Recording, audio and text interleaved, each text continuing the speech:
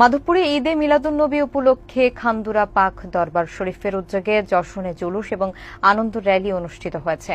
র্যালিটি মাধবপুর মন্তারা সড়ক এবং ঢাকা সিলেট মহাসড়ক প্রদক্ষিণ করে শেষ হয়। বিস্তারিত দেখুন নাহিদ মিয়ার প্রতিবেদনে। হবিগঞ্জের মাধবপুর উপজেলায় পবিত্র ঈদে মিলাদুন্নবী উপলক্ষে খান্দুরা পাক দরবার শরীফের আয়োজনে যশনে জুলুস এবং আনন্দ র্যালি পালিত হয়েছে। র্যালিটি মনতলা হজরত শাহজালাল সরকারি কলেজ প্রাঙ্গণ থেকে বের হয়ে মাধবপুর মনতলা সড়ক এবং ঢাকা সিলেট মহাসড়ক প্রদক্ষিণ করে Chhatiani BN high school and college মাঠে গিয়ে শেষ হয়। এবছর জুলুসের নেতৃত্ব দেন ব্রাহ্মণবাড়িয়ার নাসিরনগর উপজেলার খান্দুরা পাক দরবার শরীফের পীরজাদা পীর হাফেজ সৈয়দ জিয়াউল কামাল জাকারিয়া এবং সুন্নিয়তের প্রহরী পীরজাদা আলহাজ সৈয়দ জুবায়ের কামাল। জুলুস শেষে মাহফিলের সভাপতিত্ব করেন পীর হাফেজ সৈয়দ জিয়াউল কামাল।